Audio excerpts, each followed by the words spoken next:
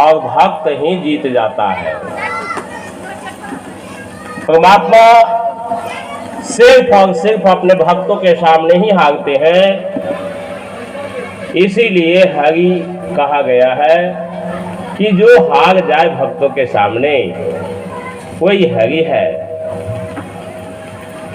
तो परमात्मा सिर्फ भक्तों के सामने ही हारते हैं। जब भक्त पूरी तन्मयता के साथ तन मन से भक्ति करता है तो परमात्मा भी अपना कदम आगे बढ़ाते हैं। कहा गया है कोई भक्त एक कदम आगे बढ़ता है तो परमात्मा उसकी ओर 100 कदम आगे आते हैं। वो आपको कभी निराश नहीं करते हैं। यदि आप पीछे हटते हैं तो फिर परमात्मा भी आपसे 100 कदम पीछे हटते हैं।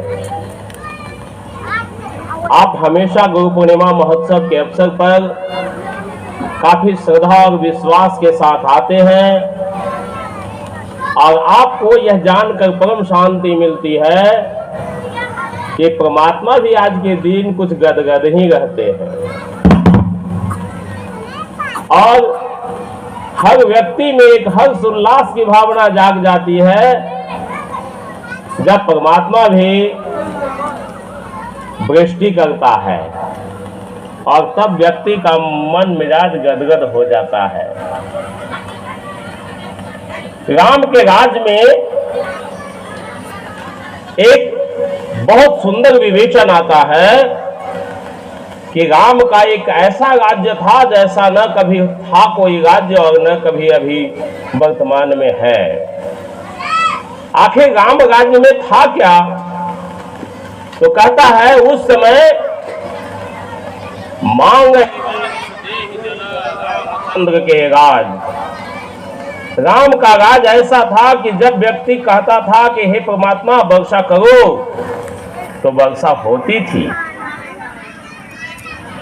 जब व्यक्ति कहता था कि बारिश हो तो बारिश होती थी।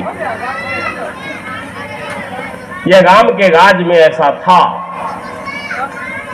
यह सिर्फ राम की बात नहीं है, यह शक्ति हम भक्तों के पास भी है।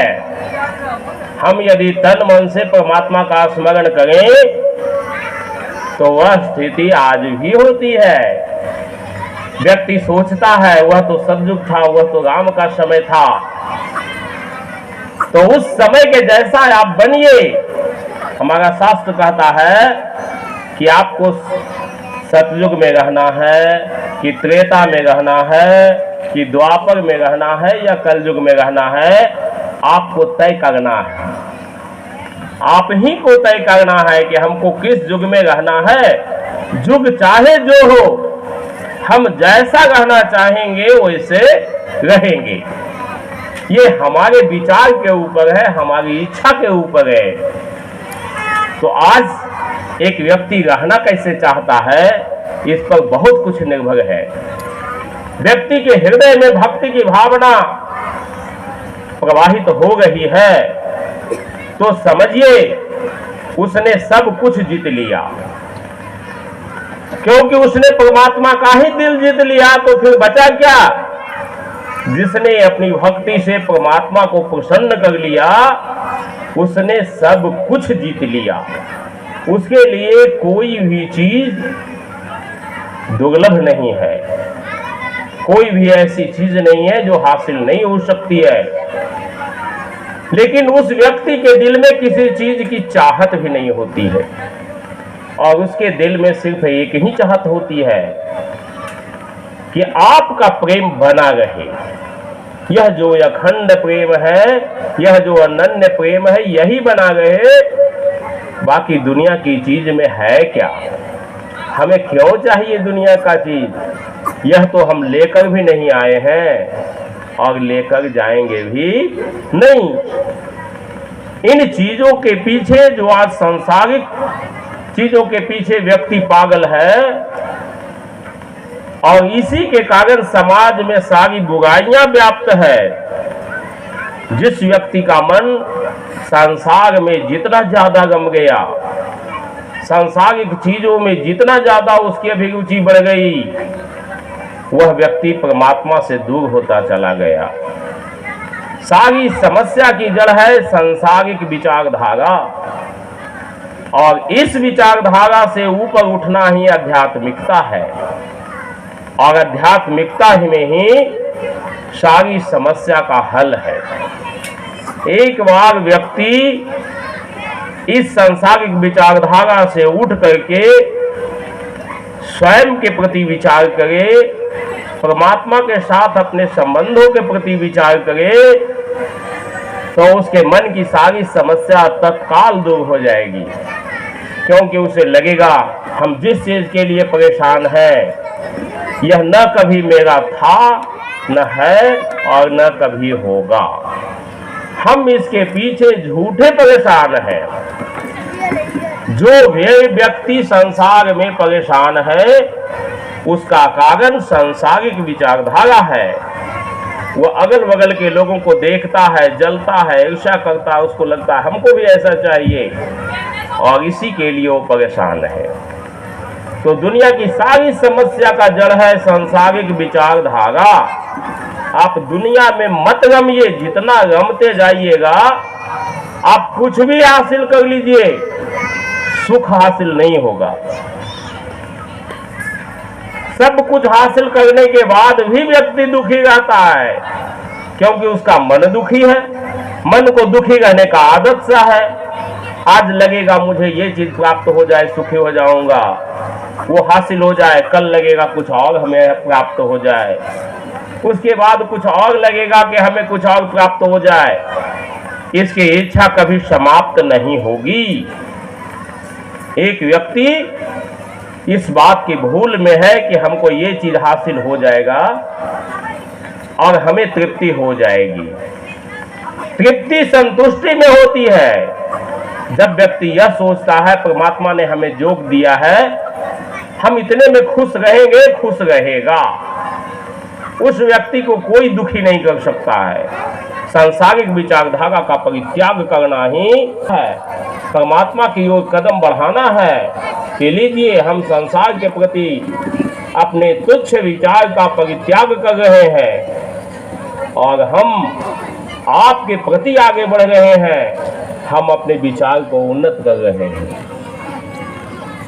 तभी परमात्मा के साथ जो हमारी भक्ति है प्रगाढ़ होगी, मजबूत होगी, तभी जग में शांति भी होगी। प्राचीन काल में भी भगवान श्री राम, भगवान श्री कृष्ण ने लोगों को यही उपदेश दिया। हनुमान सुखी थे, क्यों? क्योंकि हनुमान को संसार की किसी चीज की इच्छा ही नहीं थी। सुखी थे। राम इतने महान क्यों बने, राम इतने सुखी क्यों बने? क्योंकि राम को भी सांसारिक चीजों का कोई लोभ और मोह नहीं था। आज व्यक्ति एक एक इंच जमीन के लिए लड़ता है। भगवान राम को 14 वर्ष का वनवास हो गया, बिना किसी कारण के, बिना किसी गलती के वनवास जाने की सजा हो गई। इसको संसार के लोग सजा ही समझता है, लेकिन भगवान राम ने मुस्कुराते मुस्कुराते जंगल प्रस्थान किया और उन्होंने कहा मुझे एक सौभाग्य प्राप्त हुआ है, माता पिता के वचन को निभाने का, इससे बढ़ के कुछ और नहीं है। मुझे राज्य नहीं चाहिए। सिर्फ राम ही वह पुरुष थे। जब भगवान राम के सामने ये प्रस्ताव आया कि राम को राजा बनना है, तो उन्होंने इनकार किया था और उन्होंने कहा था कि क्या जरूरत है राजा बनने का, सेवा तो ऐसे भी करते हैं हम, राजा बनना क्यों जरूरी है? हमारे पिता राजा हैं, यही हमारे लिए बहुत सौभाग्य की बात है, हमें राजा बनने की कोई जरूरत नहीं है। फिर भी लोगों ने समझाया कि नहीं, आप राजा बनिए, क्योंकि दशरथ जी कुछ और करना चाहते अपने जीवन के कल्याण के लिए, उनको समय चाहिए। तो स्वीकार कर लिया। लेकिन जैसे ही वनगमन का प्रस्ताव आया कि जंगल जाना है 14 वर्ष के लिए, उनके मन में किसी प्रकार का कोई संदेह नहीं था और उन्होंने तुरंत तैयार अपने आप को कर लिया कि वनगमन प्रस्थान करना है। जब भगवान श्री राम कैकेयी के महल में गए, कैकेयी ने बुलावा भेजा, अपनी माँ के, कैकेयी माँ ही थी, कि स्थिति कुछ ऐसी बन पड़ी है और देखो तुम्हारे पिताजी बहुत दुखी हो गए हैं इस बात से, तुम्हें जंगल जाना चाहिए।